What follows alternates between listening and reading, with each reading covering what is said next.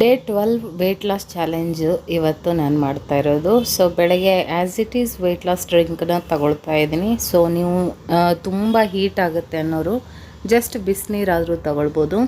ಯಾಕಂದರೆ ಈ weight loss powder ಏನಿದೆಯೋ ಅದರಲ್ಲಿ ಹಾಕಿರುವಂಥ ಪದಾರ್ಥಗಳು ಸ್ವಲ್ಪ ಹೀಟ್ ಆಗುವಂಥದ್ದೇ ಇರುತ್ತೆ. ನೀವು ಬಾಡಿನ ಕೂಲಾಗಿ ಇಟ್ಕೊಳ್ಬೇಕು, ಜೊತೆಗೆ ಇದನ್ನು ತಗೋಬೇಕಂದ್ರೆ. ಇಲ್ಲಾಂದರೆ ನೀವು ವಾಮ್ ವಾಟರ್ ಕುಡ್ಕೊಂಡೇ ನೀವು ವೆಯ್ಟ್ ಲಾಸ್ ಜರ್ನಿನೂ ಮಾಡ್ಬೋದು. ಸೊ ನಾನು ಮಜ್ಜಿಗೆ ಅದು ಇದು ತಗೊಳ್ತಾ ಇರ್ತೀನಿ, ಹಾಗಾಗಿ ಅಡ್ಜಸ್ಟ್ ಆಗಿದೆ. ಬ್ರೇಕ್ಫಾಸ್ಟ್ಗೆ ಆ್ಯಸ್ ಇಟ್ ಈಸ್ ಮಾಲ್ಟೇ ತಗೊಳ್ತಾ ಇದ್ದೀನಿ.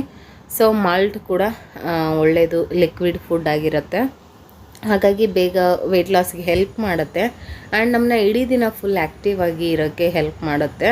ಯಾಕಂದರೆ ಇದರಲ್ಲಿ ಸಿರಿಧಾನ್ಯಗಳನ್ನು ಹಾಕಿರ್ತೀವಿ, ಎಲ್ಲ ಥರದ ಸ್ಟ್ರೆಂಗ್ತು ಇದರಲ್ಲಿರುತ್ತೆ. ಪ್ರೋಟೀನ್ ಆಗಿರ್ಬೋದು, ಪೌಷ್ಟಿಕವಾದಂಥ ಆಹಾರ ಅಂತ ಹೇಳ್ಬೋದು. ಮಧ್ಯಾಹ್ನದ ಲಂಚ್ಗೆ 2 ಚಪಾತಿ, 20 ಗ್ರಾಮಷ್ಟು ಪನ್ನೀರು, ಸಲಾಡು, ಜಾಸ್ತಿ ರೀತಿಯಲ್ಲಿ ನಾನು ಸ್ವಲ್ಪ ತರಕಾರಿ, ಪಲ್ಯ, ಮಜ್ಜಿಗೆ, ಇದಿಷ್ಟು ನನ್ನ ಲಂಚ್ ಬಾಕ್ಸು. ಸೊ ನಮಗೆ ಈ ಥರ ಒಂದು ಒಳ್ಳೆ ಫುಡ್ ಬೇಕೇ ಬೇಕಾಗತ್ತೆ.